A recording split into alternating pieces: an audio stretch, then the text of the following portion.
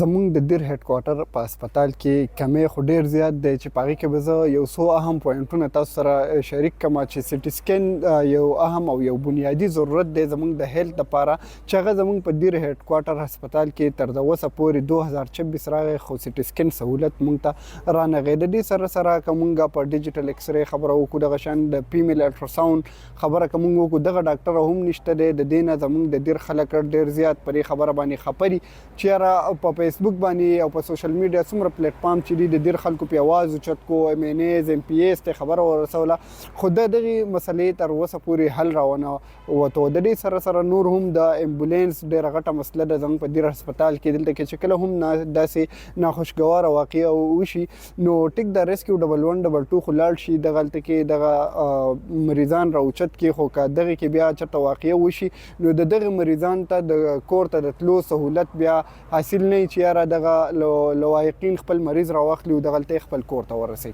سره به مونږ دا ووایو صاحب چې ډېر زیات ناقص صورتحال دی د دیر د هسپتال. الټراساوند لپاره ډاکټره نشته، د اوسه پورې دیر هسپتال کې سټي سکین نشته، مریضانو ته ډېر زیات تکلیف دی. او د صحت په حوالې سره که مونږ دا ووایو نو لاول خو د صحت دپاره چې دی نو لاول صفا ماحول پاکې اوبه دا پکار دی جي. اوبو دغه حالات دی جي، د ماحول دغه حالات دی، پلوشن دی ډېر زیات او هسپتال خو ډېر زیات ګنده دی جي. د هسپتال صفایي نشته، دونه خلک پې برتي دی جي. او یو چې ورشي هسپتال ته نو یا 3 سویپران یا 4 سویپران ښه د هسپتال ټایلټ چې وګورې هلته مریض چې لاړ شي نو 10% بیماري چې هلته لاړ شي ټایلټ ته نو 90% نور بیمار شي. نو لکه مطلب 100% یو مریض بیماریږي نو داسې هسپتال دی. ډاکټران نشته، په ټایم باندې ډیوټي نه کوي، پرایویټ کلینیکونه ځان له کولاو کړي دي جي. نو موږ دا مطالبه کوو د اعلی حکامونه چې یاره کم سے کم دیر یو پاسمانده علاقه ده چې دې ته بهترین سهولیات د صحت ورکړی شي نو دا به ډېره ښه وي جي. دیره پر کې چې زمونږ کوم د صحت نظام نه هغه بیخي فیل دی او هغه د ټول دیر قوم ته هم پته ده، د خلکو ته هم پته ده.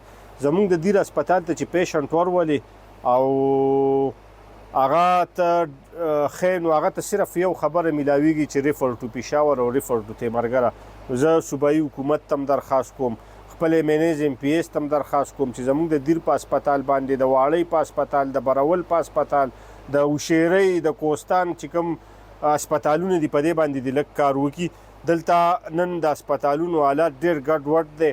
بل زه په دې کې یو اهم خبره دا کوم، مخکې چې به تا پیشنټ بوتو هسپتال ته ریفر چیټ به ورکړو نو په هسپتال کې به امبولانس میلاوېدو. اوس به د امبولانس هم مینت کوي چې یاره مال امبولانس راکړه، په ګنټو مریض پروت دی. زموږ د دیر قوم ته ډېر زیات تکلیف دی، ډېر مشکلات دي.